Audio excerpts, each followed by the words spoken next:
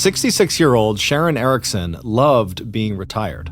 And as the former assistant treasurer of Saunders County stepped out of her house on this cool Thursday morning in June of 2003, she thought, not for the first time, that one of her only regrets in life was that she hadn't retired a few years sooner. Now, turning to look up and down the tiny business district of Colon, Nebraska, one of the smallest towns in America, Sharon ran through her mental list of what she planned to do that early summer day. After spending 37 years collecting tax revenue and keeping perfect records of complicated financial transactions, the routines that Sharon had put in place over the last 5 years of her non-working life had given her the time and opportunity to pursue her own interests and hobbies. And even though getting her hair styled every Thursday afternoon was not exactly a hobby, it was one of the weekly appointments that Sharon looked forward to the most. Putting her hand up to her brown hair, Sharon patted the big puffy curls that had been her signature style for as long as she could remember. And since the hair salon where Sharon went every week to have her hair done was out in Cedar Falls, that meant an enjoyable 10-minute car ride due north to a town that was more than 4 times bigger than Colon, which clocked in with just 128 residents. For Sharon, the drive to Cedar Bluffs was also a trip down memory lane. This was where Sharon had gone to high school, the same high school where Sharon's mother had spent years of her teaching career. In addition to seeing some familiar sights and maybe grabbing a quick bite to eat, Sharon's weekly appointment was always a nice opportunity to chat with her hairdresser about what was going on in Saunders County, where both towns were located, and to exchange local news, personal stories, and opinions about everything from the weather to state and county politics. And after an hour of friendly conversation in which the women would feel like they had identified and probably solved most of the world's problems, Sharon could enjoy a stroll around the local farmer's market before she hopped back into her silver Taurus sedan and headed back home to 112 Spruce Street. Sharon knew that from the outside, this weekly visit to Cedar Bluffs, along with her other daily and weekly routines, might look unexciting and even boring, but to Sharon, who had been divorced for many years and who did not have any children, these routines represented all the ways in which she had become part of the social fabric of Colon, Nebraska, her home for the last 47 years. And it was this connection that had made Sharon's retirement meaningful. As the strongly built woman with bright blue eyes and big hair stepped into the post office right next to her home, she stopped long enough to say good morning to the postmaster, Rick Hartman, before walking over to her post office box to check for mail. Sharon was good friends with Rick. She had hired him to do various repairs and improvements to her house, and when Sharon was away on one of the trips she enjoyed taking with her cousin, who lived 40 minutes south in Lincoln, Sharon left her house key with Rick so he could keep his eye on the property while she was gone. The post office, always Sharon's first stop, was also a good place for Sharon to catch up with neighbors and local news. And even though Sharon had never been known as a person who meddled or pried into other people's business, all her years in customer service and all her years of handling bills and money had left Sharon with a keen eye for making sure that things in her own little hometown were running smoothly. Sharon had always been known at the Saunders County Treasurer's Office as a very honest and straightforward person who would not cheat her employer or taxpayers out of a single minute's worth of work. She was also known as someone who would not shy away from confronting someone if she thought they were doing something wrong or inappropriate. That was an attitude that Sharon had learned as the oldest of 3 children who'd been raised on a farm in Dodge, Nebraska, and who'd grown up taking care of land and livestock. In fact, here in Colon, there was a whole generation of 20-somethings who could remember Sharon calling them out when they were just children or teenagers if they got up to any trouble or mischief. And that no-nonsense attitude was also on display when it came to Sharon's prickly relationship with one of the long-distance truckers who sometimes parked his rig overnight on Colon's Main Street and left the engine running and the wheels of his truck partway on the sidewalk right in front of Sharon's home. As the postmaster, Rick, and everyone else in the tiny town knew, Sharon had an ongoing argument with the trucker, and, like everything else in Colon, disputes like that sparked plenty of satisfying gossip, and there was speculation that the trucker actually enjoyed riling up his strong-willed and outspoken critic. But except for her disagreements with this trucker, Sharon Erikson was one of the most popular and best-known residents of Colon. Even Sharon and her ex-husband, Robert Lee Erikson, had parted on good terms, and when their marriage ended, Robert had left 2 commercial properties to his ex-wife. And after the divorce, Sharon had converted Erikson Market, a little grocery store, into her private home, and on the lot across the street, she now had a garage where she kept her car.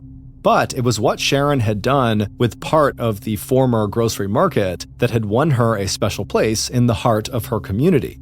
When the bar/cafe in Colon, where residents would all go to grab coffee and talk, closed down, Sharon had hired Rick, the postmaster, to remodel the front room of her home into a little community meeting place with tables and chairs and free coffee. And then Sharon handed out keys so Colon residents could come and go as they liked. And not only did Sharon offer free refreshments, she could also still help Colon residents out with questions or any problems related to their county tax bills. After chatting for a few minutes with Rick, Sharon waved goodbye to her friend and walked out of the post office to make her next stop at the local bank. Not only did Sharon keep her checking and savings account there, she and the bank employees had shared a common career in managing and keeping track of money, and so there was always common ground for discussion. Except now that Sharon was retired, she mostly just liked to talk about what vacations she might like to take with her cousin. Along with her skill as a dancer, who never missed the chance to twirl the night away with her local singles group, Sharon also loved outdoor activities like fishing and visiting her sister out in Colorado. By the time Sharon had arrived home late that afternoon from her trip to Cedar Bluffs, she was looking forward to the phone call that was always the final scheduled event of her day. After pulling her car into the small tan garage that was located across the street from her house, Sharon walked outside and used the remote to close the garage door. Then she turned and crossed Spruce Street to her red brick home with the big glass windows that faced onto the street. Although Sharon was not someone who scared easily, as a single woman living alone, she was very mindful of her personal safety. While she had welcomed the community into one of the front rooms of her house, that room was closed off from the rest of Sharon's house, and Sharon had made sure that her window coverings blocked any view from the street into or out of Sharon's living space. About a year and a half ago, Sharon was sure that while inside her house, she had seen one of her doorknobs turn, as though someone outside was checking quietly to see if the door was unlocked. In response, Sharon had immediately installed door alarms that were designed to go off in the event of any forced entry. Behind Sharon's house, there were only a handful of other residential buildings separated by a narrow alley from Sharon's own property. And about a half block away, there was also a small field containing long, round, white steel tanks filled with anhydrous ammonia. Anhydrous ammonia was one of the ingredients used to make fertilizer, but it was also one of the key ingredients that went into the illegal production of methamphetamine, the highly addictive and popular stimulant that in the last several years had driven up the rate of crime and health problems throughout the population in the rural Midwest. Concerned about the alleyway and about people trying to steal anhydrous ammonia from those tanks, Sharon had enclosed her own backyard by putting up a 6-foot-high chain-link fence, leaving just the back and side doors with access to her fenced-in backyard. Now, glancing at her watch, Sharon stepped up to her front door, turned the key, and let herself inside her cozy wood-paneled living room. Sharon was looking forward to changing into comfortable clothes, admiring her freshly styled hair, then settling into the soft brown armchair tucked into the corner next to a reading lamp. And then, at 5 p.m. sharp, Sharon would do what she did every day, chat on the telephone with her cousin in Lincoln. The two women, who enjoyed traveling together and who visited each other at least several times a week, had plans to get together that Sunday for lunch and a movie. After chatting for a few minutes, the two friends confirmed those plans and then ended the call. As for the rest of Sharon's day, it wouldn't be too long before Sharon made one quick circuit of her house and made sure all the doors were locked and she was buttoned up tight for the night. Not that Sharon expected any trouble. After all, if there was one person in Colon who knew all of her neighbors and practically everybody else in town, it was Sharon. To her, the little town of Colon was an open book, and a book with its ever-changing stories and secrets that Sharon never tired of reading. And besides, when it came to personal safety, Sharon had one more line of defense. tucked inside the drawer of her nightstand, right next to Sharon's bed, was a small Beretta handgun. It wasn't until the evening of Monday, June 30th, 2003, that Sharon Erikson's cousin in Lincoln picked up the phone and dialed the number for the state bank in Colon, where Sharon did her banking. Sharon and her cousin had spent the previous day, Sunday, having lunch together and watching a movie. When Sharon had left Lincoln at 4:30 p.m. that Sunday afternoon, the two friends had said goodbye and promised to talk again the next day, Monday, at the usual time, 5 p.m. But it was now nearly 6 p.m. on Monday, and Sharon was not picking up her phone, despite her cousin calling her over and over again. And Sharon's cousin could just not keep the concern out of her voice when she asked if anyone at the bank could just walk 2 doors down the street to Sharon's house and just make sure Sharon was okay. In a town as small as Colon, where residents were used to looking out for one another, this was not an unusual request. But even though 2 bank employees immediately made arrangements to step away from their workstations to go check on Sharon, given how little crime there was in this tiny town, they were not really that worried. All that changed when the 2 women reached the front door of Sharon's house and saw an unread morning newspaper lying inside the screen door. Along with the folded newspaper was a delivery of frozen food with a sticker indicating it had been left there at about 1 p.m. and a note, "Sorry I missed you," that suggested Sharon had not answered the delivery person's knock on the door.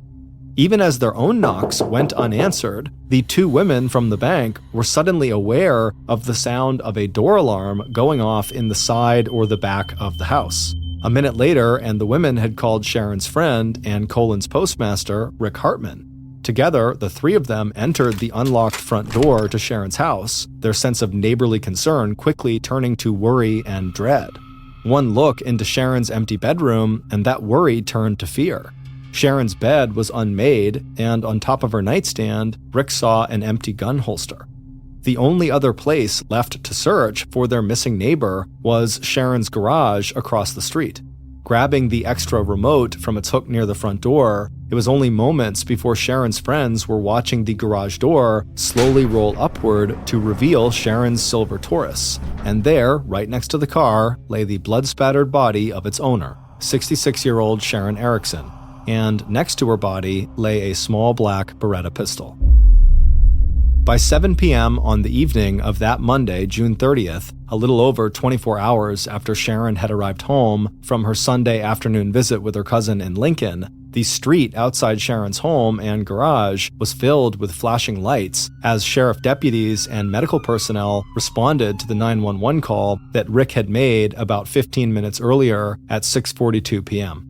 And right from the very start of the investigation into what had happened inside that garage, the town's postmaster did not hold back when it came to offering law enforcement his personal theories and observations. Even before the yellow crime scene tape was strung up around the perimeter of both properties, Rick Hartman was explaining to police that Sharon must have used the handgun that was found on the floor of the garage to commit suicide. Repeatedly ducking back under the crime scene tape to join officers clustered around Sharon's body, the postmaster would back up his theory by pointing out the fact that Sharon's own father had ended his life with a self-inflicted gunshot wound to the head back when Sharon was just 23 years old. But even a very quick examination of Sharon's body, laying face up on the floor and parallel to her car, was enough for investigators to rule out suicide. Because not only was the Beretta unloaded and showing no signs of having been recently fired, there was also a bloody footprint on the floor that did not belong to Sharon. And after visually inspecting the injuries to Sharon's body, it looked to police like whoever else had been in that garage hadn't shot Sharon. Instead, they had delivered a long and savage beating to one of Colon's best-known residents. Meanwhile, deputies who had done a sweep of Sharon's house across from the garage reported back that the phone line to Sharon's house had been cut. It also appeared that an intruder had climbed over Sharon's 6-foot-high fence and then used a chisel to break into Sharon's house through the side door, setting off the door alarms as well as the motion sensor alarms in the backyard.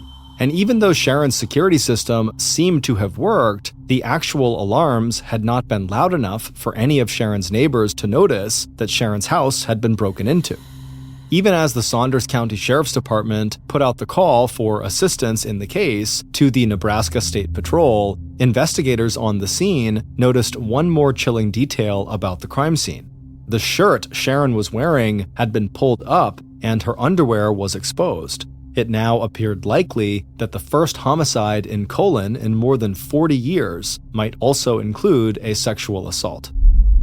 Within hours of discovering Sharon's body, crime techs were busy collecting and processing physical evidence from the house and garage on Spruce Street, and police had already begun fanning out around the tiny town of Colon to see if anyone heard or saw anything suspicious that might be connected to the murder. But wherever state and local police went, it seemed like the terrified residents of Colon had already heard about the brutal attack, and the town was already swirling with rumors and speculation. Was the killer someone Sharon knew, or a random stranger passing through town? Was this a burglary gone wrong? Was the murder somehow connected to Sharon's past and to her work at the county treasurer's office? And at the center of all the speculation, residents were asking themselves, what was it about Sharon Erikson that they didn't know?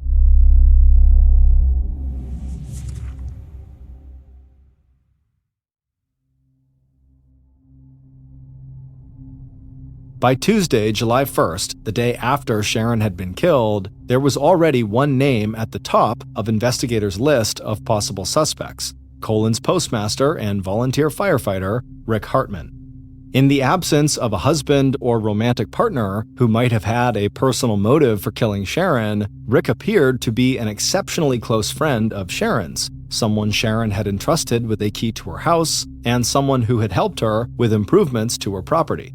Rick had also drawn suspicion to himself with his intense interest in what police were thinking and doing, and by repeatedly showing up near and even inside the marked-off crime scene areas.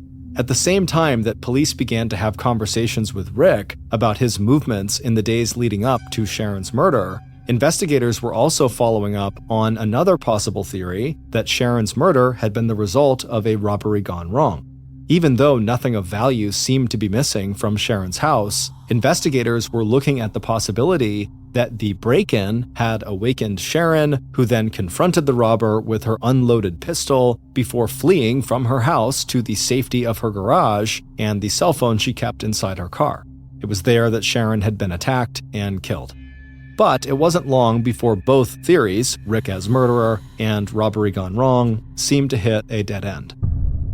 Rick's wife and family confirmed his alibi for the likely time of Sharon's death. As for the robbery, the only person in town with a history of criminal offenses was a 24-year-old man who lived with his mother in a house across the alley behind Sharon's house.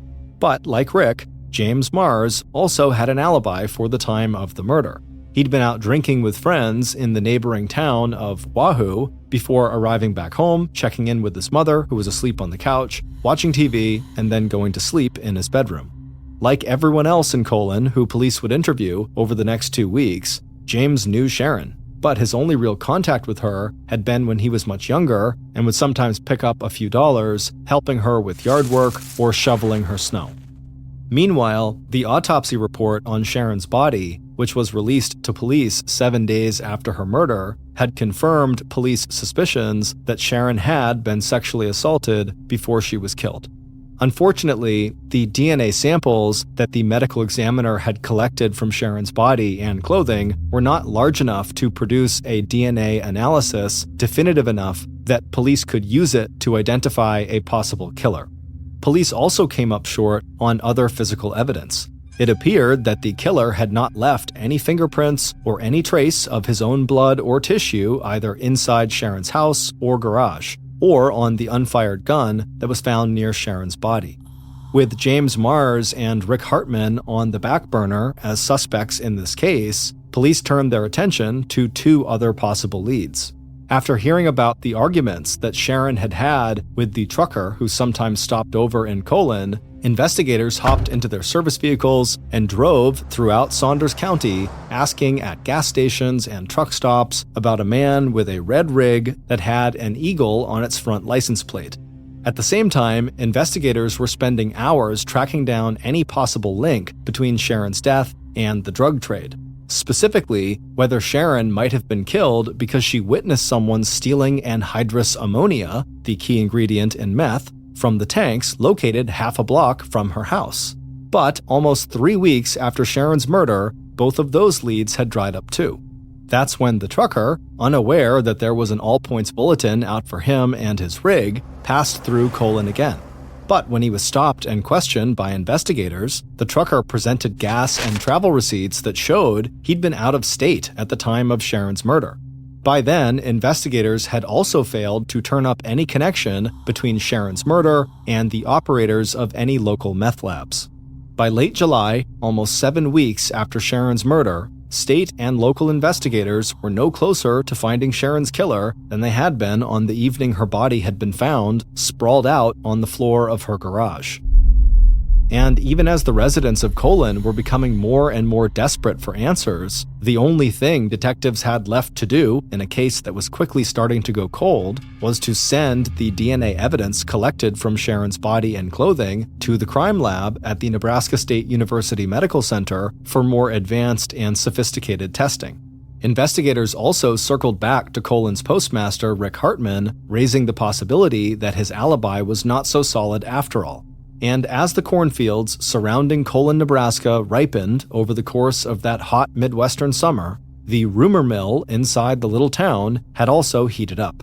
And at the center of the gossip over Sharon's murder was speculation that Rick and Sharon had been having an affair that had somehow ended with Sharon's violent assault and death. And in October 2003, 4 months after Sharon's murder, investigators got a tip that put Rick right back in the #1 position on detectives' list of suspects. At a recent garage sale of Sharon's furniture and other belongings, Rick had made what police viewed as a strange and suspicious purchase. Colon's postmaster showed up at the estate sale and bought Sharon's mattress.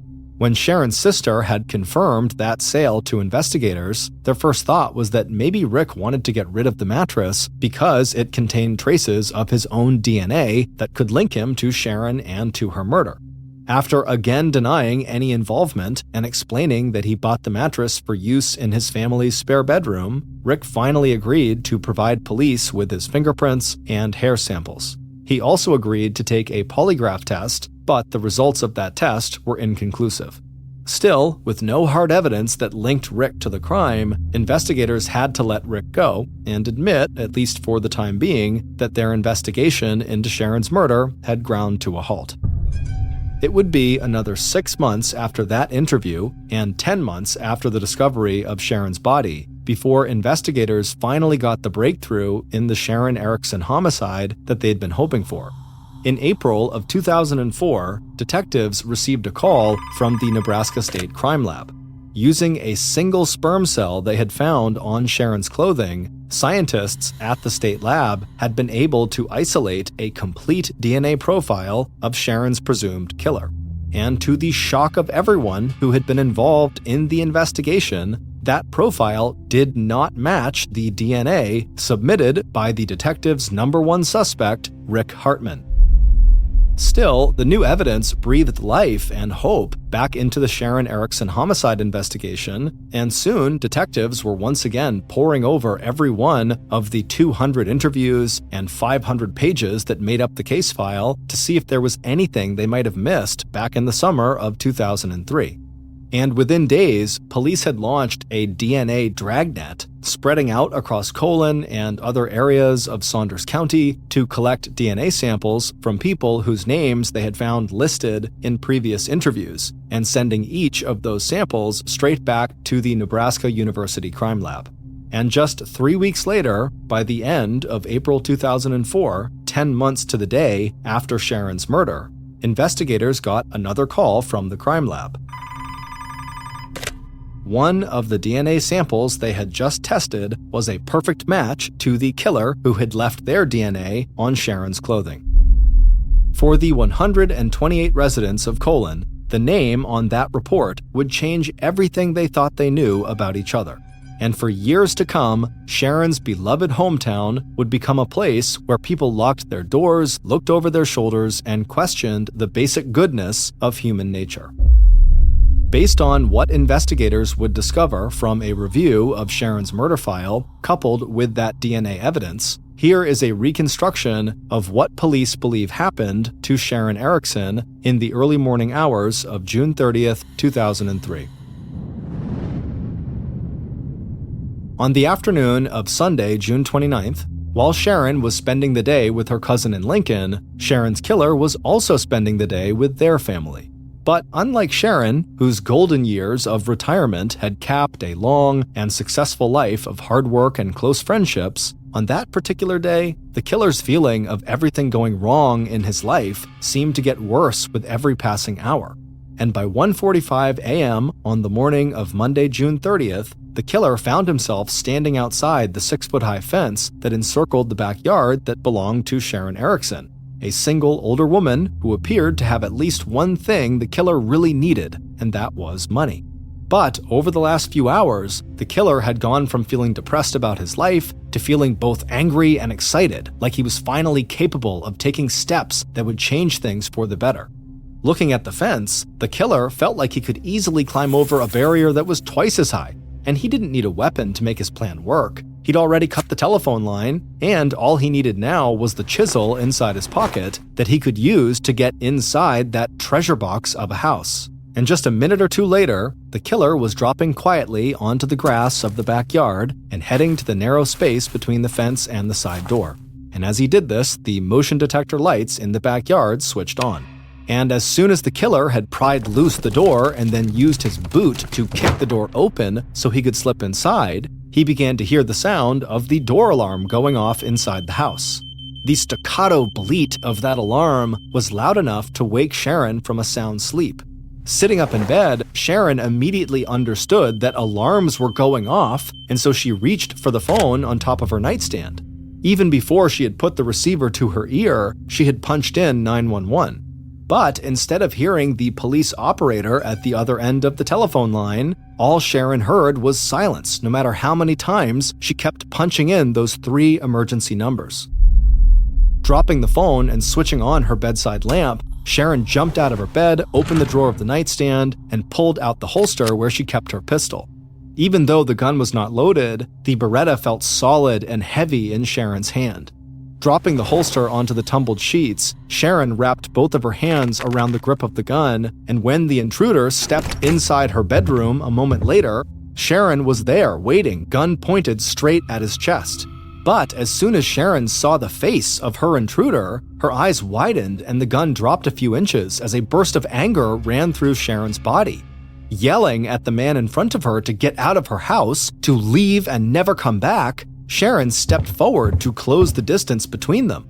Faced with Sharon's fury and looking down the barrel of a Beretta pistol, the intruder backed up, tried to get his bearings, and tried to remember that feeling of power that had surged through him when he had swung his body over Sharon's fence and kicked her door in just a few minutes ago. But the last thing he had expected when he entered Sharon's house was this show of anger and defiance, and this voice that put into words all of his failings and mistakes. Pivoting suddenly, the killer made for the door. It turned out there was nothing worth stealing in this house anyway, and now he just had to get away. But even as the killer slipped outside and headed for the empty street, he could hear Sharon's footsteps behind him. Dropping back into the shadows, the killer watched as Sharon, dressed, carrying her purse, wearing her slippers, gun in hand, came running out the front door and headed for her tan garage 50 yards away, already clicking the remote that opened the garage door. And suddenly, the killer understood what Sharon was about to do. She must have a cell phone inside her car, and she was going to call the police, tell them who he was and what had just happened. Sprinting out from the shadows, the killer raced after Sharon and made it into the garage right behind her, even as the garage door was starting to roll back down. According to the autopsy that would be conducted on Sharon's body 36 hours later, the medical examiner would determine that the actual cause of Sharon's death was strangulation. But that came after a beating that would leave Sharon with severe blunt force trauma to the left side of her head, nose, and her left eye. Defensive wounds all along the left side of her body, along with cuts and bruising to her face, arms, and legs, all indicated that Sharon had struggled against her attacker with all of her strength. But all of Sharon's strength and all of her will to live would not be enough to save her. Before the attack in that garage was over, Sharon's killer, a man Sharon had known since he was a small child, sexually assaulted the 66-year-old retiree who had spent most of her life helping other people. Finally, Sharon's killer unwrapped his hands from around Sharon's throat.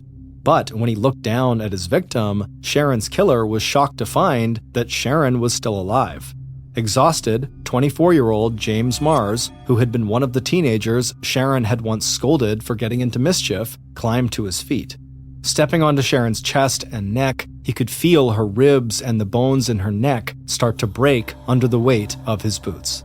He literally stamped the life out of his victim. It would turn out the alibi James Mars had given investigators back in July of 2003, about 11 days after Sharon was discovered, was riddled with lies. After spending the afternoon of Sunday, June 29th, just across the state border in Kansas, helping his aunt put a new roof on her house, James headed back into Nebraska to drink beer at one of his friends' houses. But by 12:30 a.m. on Monday morning, June 30th, James and at least one friend had gone to a local bar where they continued to drink for another half hour or so until they moved to a second bar called the Oasis. But they arrived at the Oasis right as the bar had stopped serving alcohol. And after the bartender refused to serve James another drink, James decided to experiment with a new kind of stimulant. And for the first time in his life, James tried cocaine. Too drunk and high to drive back to Colon using the main roads where he might be stopped by police, James left the bar nearly an hour earlier than he had told police, arriving back at his mother's house not at 2:30 a.m., but at 1:30 a.m. After digging into James's alibi, police would discover that one of James's friends had agreed to lie about when James left the bar, and James's mother may only have been guessing at what time James had actually arrived home. But one thing is certain, James did not just go straight to bed after watching a few minutes of TV in his mother's living room. Instead, by 1:45 a.m., riding a cocaine and alcohol high, James had decided that he could at least solve one problem in his life, the fact that he was flat broke, by robbing his neighbor who lived just across the alley that separated their two houses. James figured that Sharon, older and single, would be an easy target. Instead, as soon as Sharon had recognized who her intruder was, she confronted him in the same way she had when he was a teenager, asking what he thought he was doing and telling him to get out of her house. But after doing exactly as he was told, James saw Sharon make a run to her garage, and the thought of her calling police and getting him arrested, along with everything else that was wrong in his life, like the fight he'd just had earlier that night with his longtime girlfriend, his young daughter who didn't live with him, the string of part-time farm work rather than any steady job, all caused James Mars to snap. As he said to investigators when he later confessed to Sharon's murder, quote, "I blew my cork," end quote. It wasn't until April 16, 2004, 10 months after Sharon's murder and 6 months after James had moved out of Colon to Lincoln, Nebraska, that detectives located James, re-interviewed him, and requested a DNA swab, which he agreed to give them. 13 days later, on April 29th, James's DNA came back as a complete match to the sperm cell that was found on Sharon's clothing. 5 days later, on May 4th, 2004, James Mars was arrested and charged with first-degree murder. 3 months later, in August of 2005, James Mars avoided a jury trial by pleading guilty to a lesser charge of second-degree murder that he believed would come with a maximum sentence of 20 years in prison. Instead, in January of 2006, 3 years and 6 months after killing his next-door neighbor, James was sentenced to life in prison without the possibility of parole. Explaining the severity of the sentence, the judge told James, quote, "Nothing I can say or do to you today can repair what your actions have done. You've taken a loved one, terrorized your community, and placed residents under a cloud of fear and suspicion." End quote.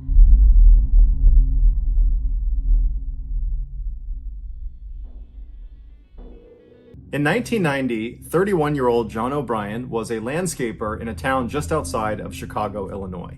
In January of that year, he and his friend David decided they wanted to escape the cold Chicago winter and go on some vacation to somewhere nice and warm.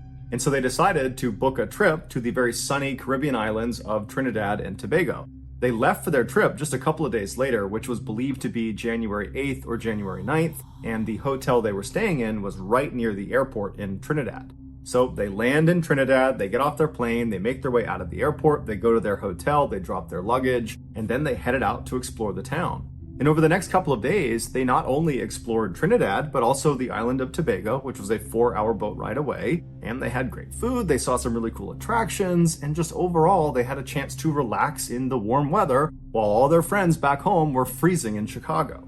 And so, by all accounts, their vacation was going exactly to plan until Sunday, the 14th of January. This was the day before they were supposed to fly back to Chicago. That day, John began complaining of some unnamed health issue, which has not been made public, so we don't know what it is. And he went to some drugstore in town in Trinidad to look for a specific medication for this unnamed health issue. But the drugstore did not carry this medication, so John left and he went to another drugstore and another store, but nobody had this medication. And so by the time John got back to the hotel and saw David would later remark that John was not only distraught about not having this medication, but John was disoriented. Like whatever this health issue was, it was starting to manifest itself in this kind of disoriented state that John was in because it was not being treated. But eventually, David decided that John was okay enough that they did not need to call a hospital or call a doctor, and the two men decided to just go to bed, because after all, they had a very early flight the next morning. So the two men climb into their respective beds, which are in the same room, 2 twin-size beds, and they fall asleep. But about an hour to maybe an hour and a half after David had fallen asleep, he wakes up to some man standing next to his bed, choking him. He's grabbing his throat and throttling him. And so David has no time to respond to what's going on. He just starts grabbing this guy's hands and he manages to push them off of him. And then this guy who's standing next to his bed grabs the lamp next to him and smashes David with it. David, from getting hit, falls out of the bed, he lands on the ground, and this guy, his attacker, jumps on top of him, and the two men are fighting, but eventually, David manages to overpower this guy, and he kicks him off. And as soon as he does that, he realizes this guy that's been attacking him is John, and John is completely naked. He's got no clothes on. And so John just stands up and David's looking at him like, what's going on? And John just runs out of the hotel room. He ends up running down the hall. He goes down the stairs. He runs past the front desk, out the front doors of the hotel, and just takes off running. And so John runs for several minutes until he reaches the airport. But instead of going through the front gates, he goes to the side of the front gates where there are these huge chain link fences with barbed wire at the top. And John, again, wearing no clothes, climbs up the chain link fence and then manages to navigate the barbs at the top and drops over onto the other side. But where he landed, although it was on airport property, it was kind of like a trap because this airport had 2 fences around its perimeter back to back. And so where John landed was like this grassy no man's land between these 2 fences. But John was on this kind of deranged mission, so he stands up and instead of trying to get back out again, he turns and climbs the next fence, the one that is closer to the airport. And so he climbs up this fence, he manages to get past all the barbed wire at the top, and he drops into the parking lot on the other side. He stands up and just continues running towards the main building of the airport. But between him and the main building of this airport is this huge concrete wall that doesn't look like it has any place to grab onto to climb over it. But John runs up to this wall and manages to climb up and over the wall. And where he landed on the other side was right next to this security guard shack. And so he comes crashing down, and the 4 security guards that are in this shack, they see him come over the wall. They see this naked guy just suddenly appear. And so they charge out to apprehend him and figure out what's going on. But John apparently attacked them. We don't know exactly what he did, but he managed to overpower all 4 of them, and he stole their 4-wheel drive vehicle. And so John just bombs away from the security guard shack with the 4 security guards chasing him on foot. And John, he weaves around the outside of the main airport building, and he heads out onto the tarmac. Out on the tarmac, there were several planes that were moving into position for takeoff One of those planes was this huge British Airways jet airliner passenger plane that was actually the next to take off. They'd already fired up their engines and they were sitting at the top of the runway just waiting for clearance. And John just drives directly into this plane. But the vehicle he was driving, this little four-wheel drive vehicle, it was not tall enough to actually strike the main body of this plane. So instead, when he hit this plane, he basically got wedged underneath one of the wings. At this point, the 4 security guards that had been attacked and had their vehicle stolen from them, they're running towards the tarmac, but they've also alerted other security personnel in the airport who are all streaming out onto the tarmac towards this British Airways plane and this vehicle and John. And so as they are descending on the scene, the security guards would see John from the passenger seat of this four-wheel drive vehicle. He stands up and they can see he's got a pretty nasty cut on his shoulder. And John reaches up and starts rubbing his hand on the underside of the plane, which had been damaged from running into it. And there was oil leaking off the underside of this plane. And John began rubbing this oil around and then dabbing it into his big wound on his shoulder. And then after packing it with this oil, John leapt out of the wrecked four-wheel drive vehicle and then just took off running away from all these security guards and away from this plane. And in the chaos of this moment, all these security guards and all the airport personnel that were descending on this scene, they managed to lose sight of John. He disappeared on the backside of this plane. And so all these security guards and airport personnel, they come to a stop about 100 feet away from this plane and this wrecked vehicle, and they're just kind of staring at it, wondering, what are we going to do next? They're calling other agencies to come in and assist with this situation, when all of a sudden, somebody notices John about 300 feet away on the other side of the plane. He comes out from behind a building. And so he's running towards the plane, he's running towards this wall of security guards and other airport staff. And John, he manages to get all the way up to the plane before anybody can come up and apprehend him. And when he reaches the plane, he stops for a second, looks up at the engine of this airplane that's still spinning. It's been turned on, and John jumps into the engine. And instantaneously, John ceases to exist. He is completely decimated. No one knows for sure what actually caused John's rampage, although it's assumed it had to do with whatever this unnamed health issue was. Ultimately, his death was ruled a suicide.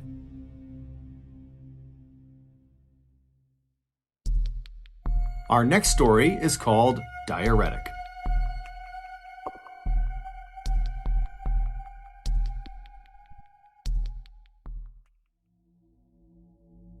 On April 17, 2018, 42-year-old Holly Mackey sat down in aisle seat 14C on a Southwest Airlines plane. That morning, she, along with 143 other passengers and the 5 crew members, would be flying from New York City to Dallas, Texas. And then after that 4-hour flight, Holly would get off that plane and board another plane from Dallas to Oklahoma City, where she lived. But luckily, that flight was only about an hour long. After Holly buckled her lap belt, she put her carry-on bag under the seat in front of her, and then she waited to see who was going to be sitting in the 2 seats to her left. A few seconds later, a 43-year-old bank executive and mother of 2 named Jennifer Reardon came walking down the aisle and stopped right outside of row 14 and turned into the aisle towards Holly. And Holly, who was kind of keeping her head down, she noticed there was this person standing outside of her aisle. And so she turned and looked up, and looking down at her was this big, bright smile. And Jennifer said to her, "Hey, can I sit next to you? Is anybody using those seats?" And Holly would say, "Nope, I'm here by myself. Go right ahead." Unlike other airlines that would assign seats to all of their passengers before they boarded, Southwest Airlines has an open seating plan. What they do is they basically group passengers into boarding groups, but then once that group is on the plane, it's first come, first serve. After Jennifer slid past Holly and made her way to the window seat where she sat down, which was seat 14A, she buckled her lap belt, and then just like Holly, she took her carry-on bag and stuffed it under the seat in front of her, and then she pulled a paperback book out of her bag and started reading it. For the next few minutes, as more and more passengers came onto the plane, nobody took the seat between Holly and Jennifer, because generally speaking, people don't like riding in the middle seat if there is a window or aisle seat available, because it's just not very comfortable sitting between 2 people for hours at a time.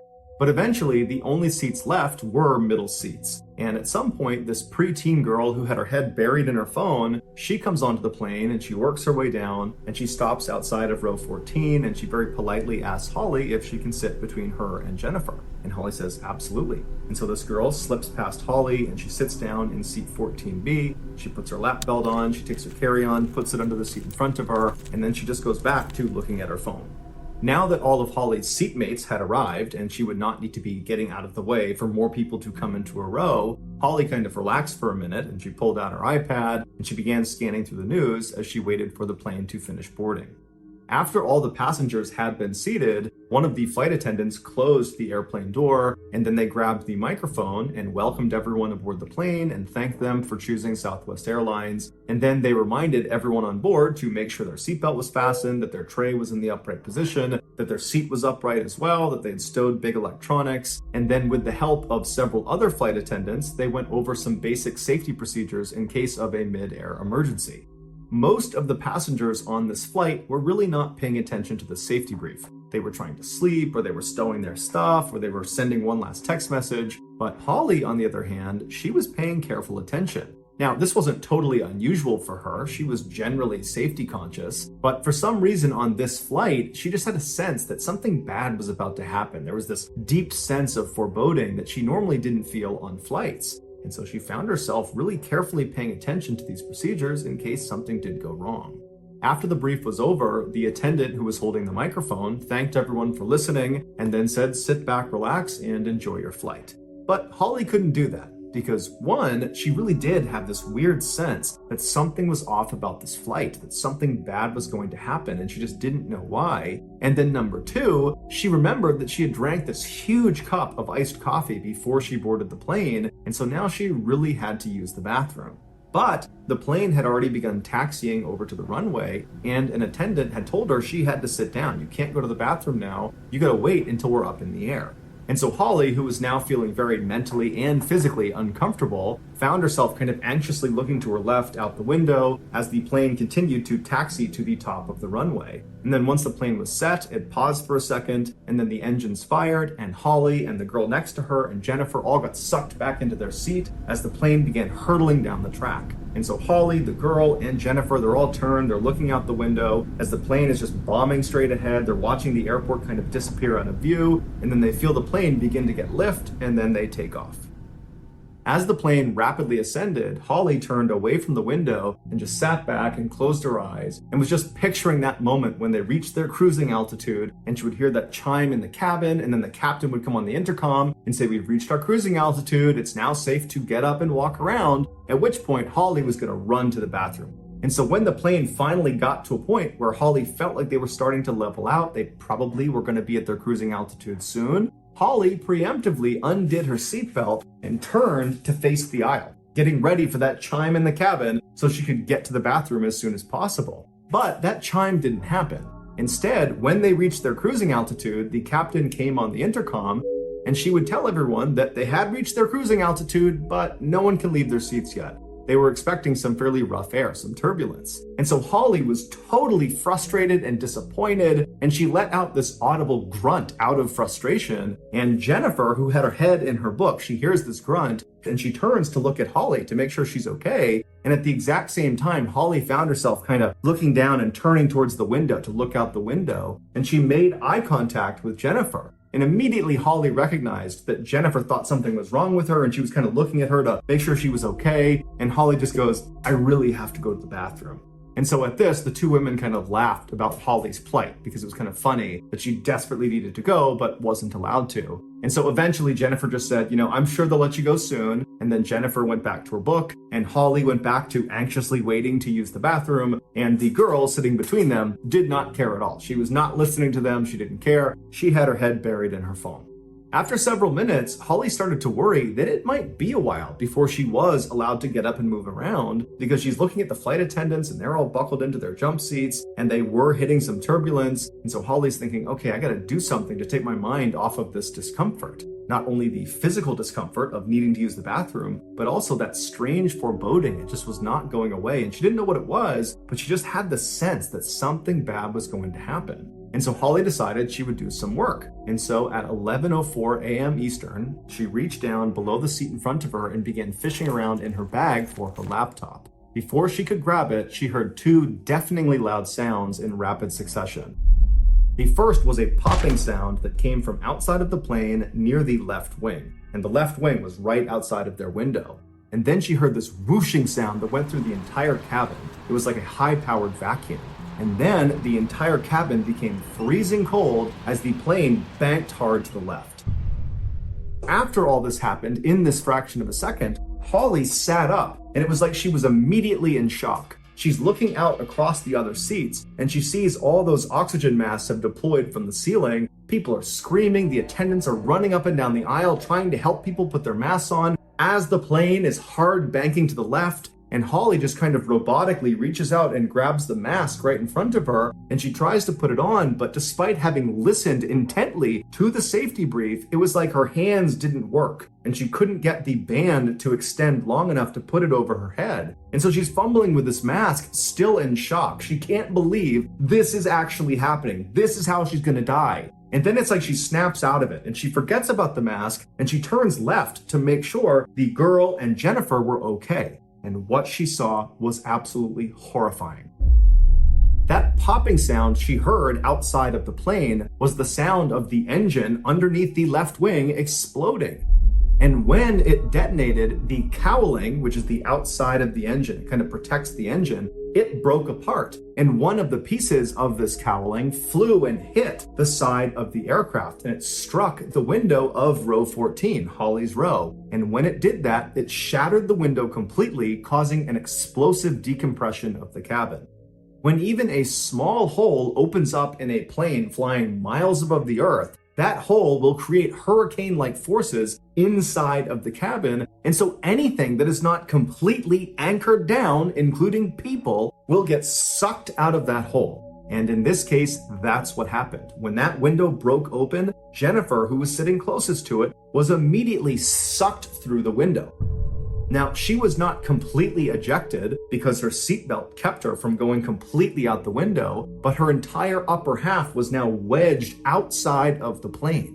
As for the girl sitting next to Jennifer, in between Jennifer and Holly, she was still getting pulled towards the window because Jennifer, even though she had been pulled out, there was still segments of the window that were open. And so there was still suction towards the window. And so Holly instinctively reached over and grabbed this girl and pulled her in tight to her chest. And then with her left arm, she reached behind the girl and grabbed the belt of Jennifer. And she tried to pull Jennifer back into the plane, but she could tell there was no way she could pull her back. The forces pulling Jennifer out of the plane were far too strong.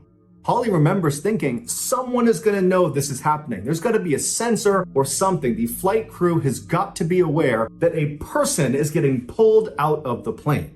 But in reality, the captain and the flight crew, they were aware that the left engine had blown up. That was the thing they were actively trying to combat to try to keep the plane from crashing. But they had no idea about the drama that was unfolding in row 14. And so Holly is holding on to Jennifer, she's holding on to this girl, and she's screaming out for anybody in the plane to please take notice of the fact that Jennifer is stuck out of the plane. But the sound that was being created by this open window was deafening. Nobody could hear anybody else in this plane. Not to mention, the plane is banking hard to the left, and everybody on board believes they're about to die. So no one is looking around, taking stock of what's going on and assessing what to do next. Everybody's in survival mode and is basically just focused on themselves. And so despite Holly yelling out and trying to wave to people, it was worthless. Jennifer was just stuck out the window and no help was coming. And so for several minutes, Holly is just holding on to Jennifer. She's holding on to this girl. She's screaming out for help, but no one's hearing her. And then eventually, as the plane began to come back from its bank, and it seemed like the pilot was taking control of the craft, even though it was deafening inside and it was still terrifying, people began to open up their blinders a little bit and they started to look around, and some people sitting in the vicinity of row 14, they noticed what was going on with Jennifer and they began yelling and waving for the flight attendants. But again, the sound from this window was deafening. There was just no way the attendants could hear them. And even though everyone's waving at the attendants are very preoccupied. They're dealing with the people right in front of them who are all very worried and concerned. They're trying to talk to the captain about what they need to do next. And so they did not see there was this emergency happening. And so for several more minutes, Jennifer is just stuck out the window with nobody helping her. And it was during this time, as Holly is holding on to her waist and she's holding on to the girl, that Holly is thinking, Jennifer, she's been stuck outside the plane where there's no oxygen for almost 10 minutes. Nobody can survive that. And Jennifer has been forced through this window that's not big enough to have a person fit through it. And so Holly found herself moving her left hand that was gripping on to Jennifer's waist. She just let go of it, not because she was trying to let go of Jennifer. Frankly, her hand was not keeping Jennifer from going anywhere. It was just kind of habitual that she was holding on to her waist. So she takes her hand off of her waist and she just places it right in the center of Jennifer's back. Like she was comforting Jennifer. She was showing Jennifer that you're not alone. We can't help you, but you're not alone. And the woman in row 15, an older woman, she saw Holly do this and she reached across and she put her hand on Holly's back. It was like everybody knew this is a total crisis, but there's just nothing we can do, even if it's killing Jennifer. Despite the damage to the left engine from it exploding, the captain, Tammy Jo Schultz, who was a longtime veteran of the airline, she was able to combat this hard bank to the left and she regained control of the plane, at which point, through the intercom, she was able to bark out orders that were loud enough for the flight attendants to actually hear what was going on, and they were instructed to get up and walk down the aisles and make sure the passengers are okay. And this is when the crew spotted Jennifer. They acted quickly and rushed over and they grabbed Holly and the girl next to her and they safely got them out of that row and moved them to a different row. And then once they were gone, two men named Andrew and Tim, they volunteered to go in row 14 and pull Jennifer back into the plane. They knew the risks. They pull her in, there is still an opening in this plane and they could very easily just get sucked out themselves. But they didn't care. They knew they needed to help this woman. And so without any hesitation, the two men walked into row 14, they got in position, and with all their might, they were able to pull Jennifer in, they got her into the aisle, and then the two men were able to leave row 14 without being sucked out. And so Jennifer is laying in the aisle, and a passenger who happened to be a nurse, who was named Peggy, she rushed over and she began performing CPR. At this point, Holly remembers looking around the cabin and seeing that everybody was just perfectly still. It was still deafeningly loud inside of the cabin because this window is still sucking air out. So it's very, very loud, but she's looking out and there was just this aura of calm inside the plane. No one was running around. No one was panicking. Everyone was just kind of sitting, watching as Peggy was trying to save Jennifer's life. At 11:21 a.m., so 17 minutes after that pop was heard outside of the plane, the captain of this plane is able to successfully perform an emergency landing at an airport in Philadelphia.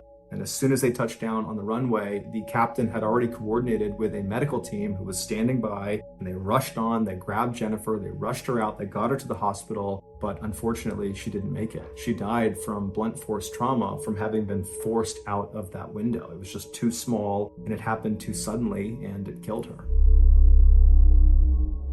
Holly was obviously very shaken up by this experience, just like the rest of the passengers who were on board. But there's a detail in Holly's story that makes her experience even more traumatic.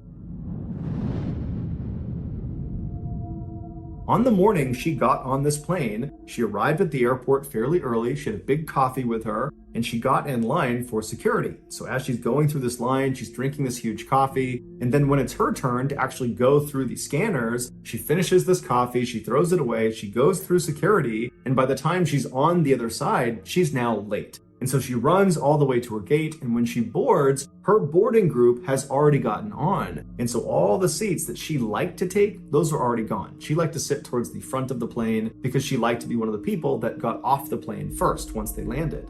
And so she began looking for the first open row that she could sit in. And so she starts walking down the row and she finally gets to row 14. She's looking on her left and there's a totally open row, 3 open seats. And so, like she always did on long flights, she took the window seat, seat 14A, because she could lean her head up against the side of the plane and sleep. And so after she buckled herself in and put her luggage underneath the seat in front of her, she remembered she had just drank that huge cup of coffee while she was going through security. And even though she didn't have to go to the bathroom right then, she expected to probably have to go a couple of times once they took off. And so not wanting to disrupt the two people that were inevitably going to take the two seats next to her by constantly all flight long getting up and sneaking past them to go to the bathroom over and over again, Holly decides, you know what, I'll just move. I will sit in the aisle seat. It's not as good because I can't sleep, but at least this way I can get up and use the bathroom without disrupting the people I'm sitting near. And so she unbuckles herself, she reaches down, she grabs her bag from underneath the chair in front of her, she stands up and she moves 2 seats over to the aisle seat of row 14. She sits down, she puts her seatbelt on, she puts her luggage under the seat in front of her there, and then as she's kind of getting herself situated, she sees someone has stopped right outside of row 14. And so she turns, and looking down at her is the smiling face of Jennifer Reardon. And she says, hi, is anybody sitting next to you? Can I sit next to you? And Holly says, absolutely. And Jennifer sneaks past her and sits in the window seat.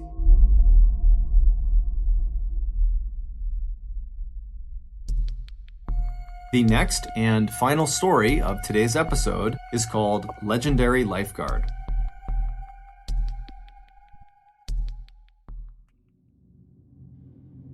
On June 25th, 1950, the Korean War broke out between the North Koreans and the South Koreans. Just 2 days after this war had begun, the United States formally entered the conflict by sending troops to aid the South Koreans. Shortly after this, the United States enacted a military draft.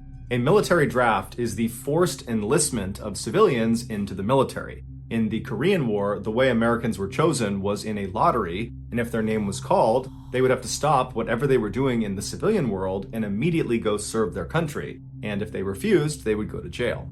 An 18-year-old high school dropout nicknamed Samson was living with his family in Seattle, Washington when he found out he had been drafted. While military service was not something Samson was considering for his future, he accepted his fate with grace, and before long he was making his way to Fort Ord in Northern California to begin his military training. But after training, when Samson was now officially a soldier in the army, he was not sent to Korea to fight in the war. Instead, he was ordered to stay at Fort Ord and be the lifeguard for their pool. It's unclear how Samson felt about this, but regardless, he did his duty, and he stayed at this pool and he minded the folks who went swimming, and then at night and on the weekends, he would earn some extra cash by being a bouncer at a local bar. A year later, Samson was still working at the Fort Ord pool when he decided to take some time off and go back home to Seattle and see his family and see his girlfriend. As a military member, Samson was able to fly for free on any military flight so long as he was in uniform. And so Samson packed up his things, he threw on his uniform, and he made his way over to the Fort Ord airport, where he hopped on a small military plane and he flew to Seattle.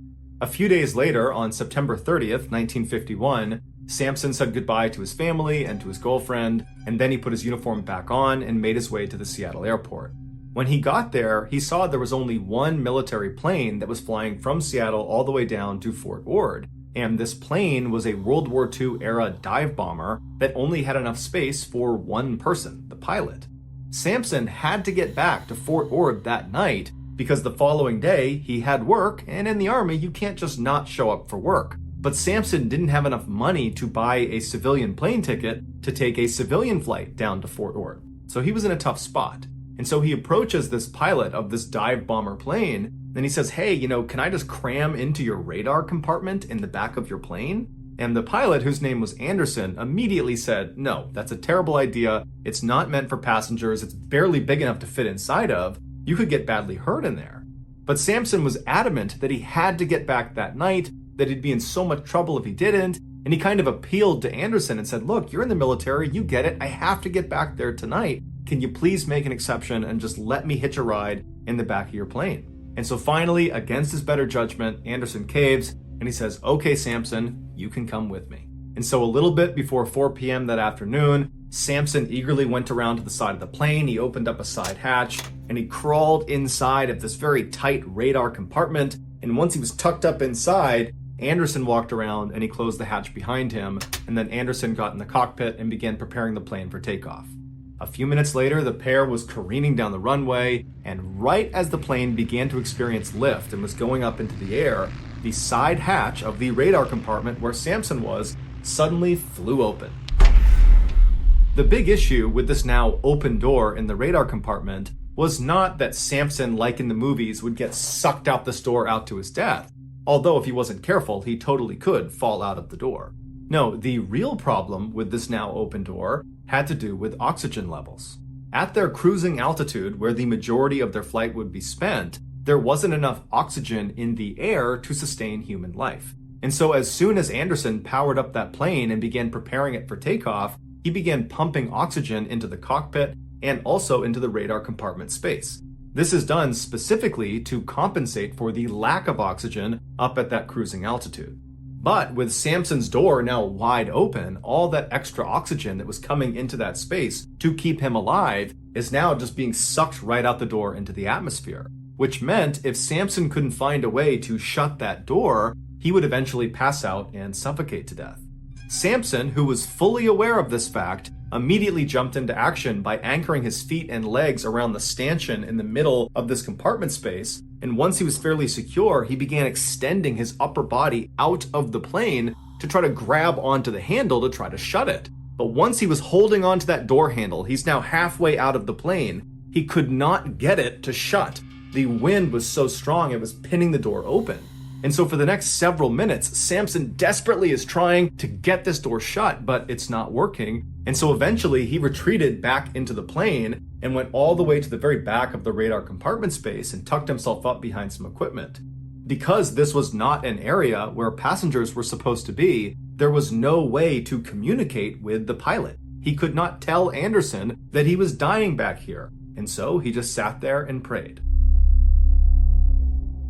While Sampson was dealing with this open door crisis, Anderson was dealing with a crisis of his own. At some point after takeoff, he looked down at his gauges and he realized a terrible mistake had been made.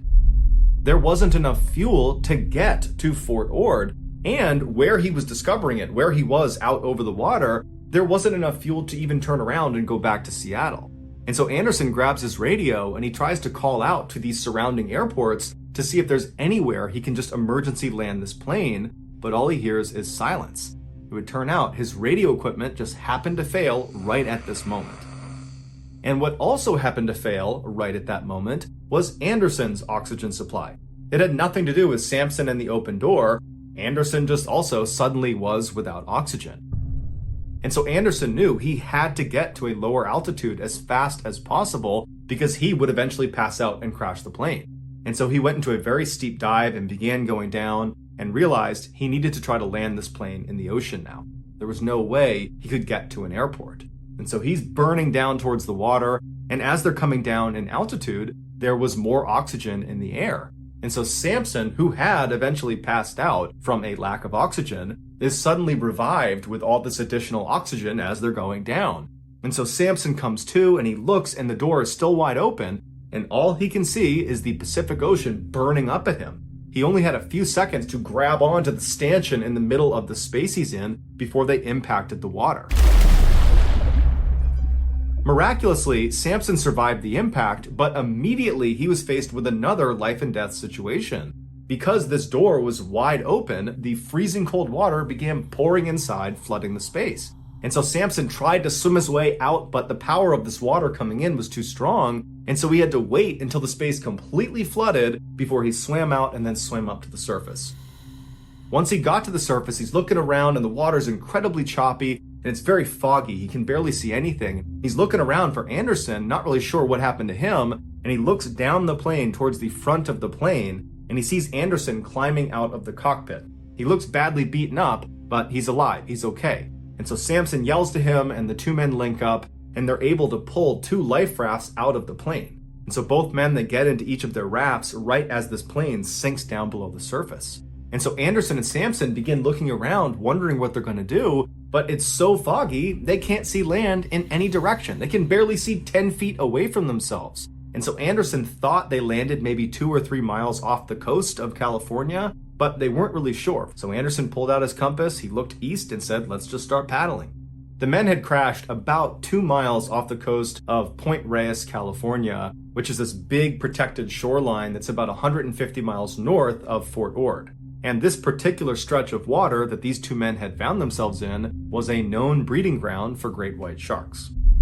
So the two men, they got their compass and they're trying to swim as fast as they can to the east, but they're not seeing any land. The fog hasn't let up at all. And then eventually it got dark. And as soon as it got dark, the water got choppier and choppier, until at one point Samson actually was launched out of his raft into the water.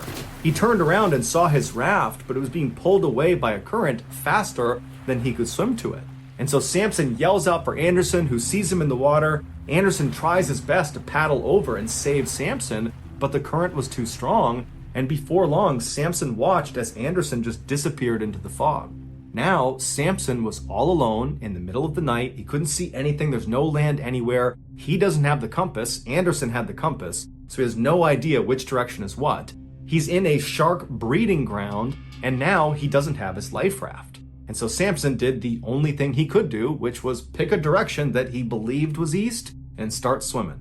And so Samson is swimming in this pitch black water. He can't see anything around him, and all he's probably thinking about is how any minute now, I'm going to run out of energy and I'm going to sink down and I'm going to drown, or I'm going to get attacked by sharks, or some combination of the two. But miraculously, after about an hour of swimming in some direction, he broke through the fog and he saw way off in the distance was a light on what looked like dry land. And so he has this sudden burst of energy and he swims as hard and as fast as he possibly can. A couple of times he gets pulled under by rip currents and he nearly drowns, but eventually he gets to the sandy shores of Point Reyes. It's believed he swam approximately 1 or 2 miles after being dumped out of the boat. As he was pulling himself out of the water and collapsed on the beach, he had given everything to that swim. Had he been in the water for even a few more minutes, it's very likely he would have drowned. Unable to stand from pure exhaustion, Samson just began slowly crawling up the beach towards this light he had seen as he was swimming. And it would turn out this light was on the outside of this building that was owned by a radio station. And so Samson is crawling and periodically puking out seawater. And finally, after about 30 or 45 minutes, he gets to the steps of this building. He crawls up the steps and he pounds on the door. And by this point, he's hypothermic, he's in shock. He's about to die if he doesn't get any help. And luckily, there's someone inside of this building. They open it up, they see Samson. They don't know what's going on, but they pick him up, they pull him inside, they wrap him in a blanket, and they try to ask him, what happened? What's going on? Why are you here? But Samson was too cold to even speak, so he just sat there and shook.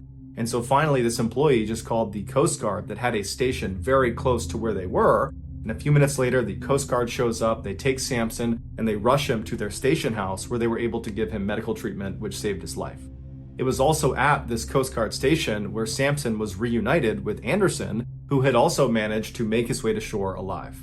Samson would go on to serve for 2 more years in the Army. The entire time was spent as a lifeguard at the Fort Ord Pool. Then in 1953, after the Korean War ended, Samson's mandatory service came to an end and he was honorably discharged.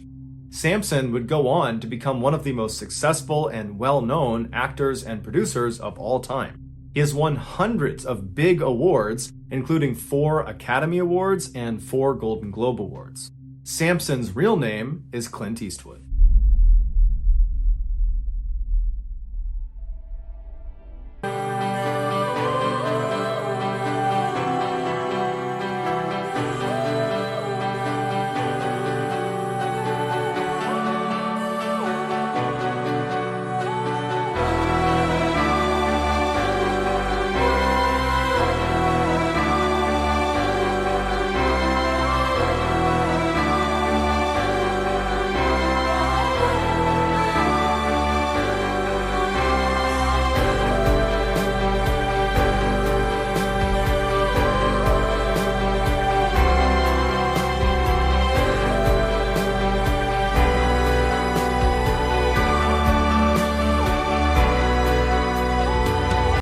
Thank you for listening to the MrBallen's podcast. If you got something out of this episode and you haven't done this already, please ask the 5-star review button to hold your very easily startled cat, and then once they do, press the test button on your smoke detector. Also, please subscribe to the MrBallen's podcast on YouTube, Spotify, Apple Podcasts, Amazon, Google, and anywhere else you get your podcasts. This podcast airs every Monday and Thursday morning, but in the meantime, you can always watch one of the hundreds of stories we have posted on our main YouTube channel, which is just called MrBallen's. We now have a registered 501c3 charitable organization called the MrBallen's Foundation that makes it as easy as possible for you to join me, my family, and my team in supporting those whose lives have been most impacted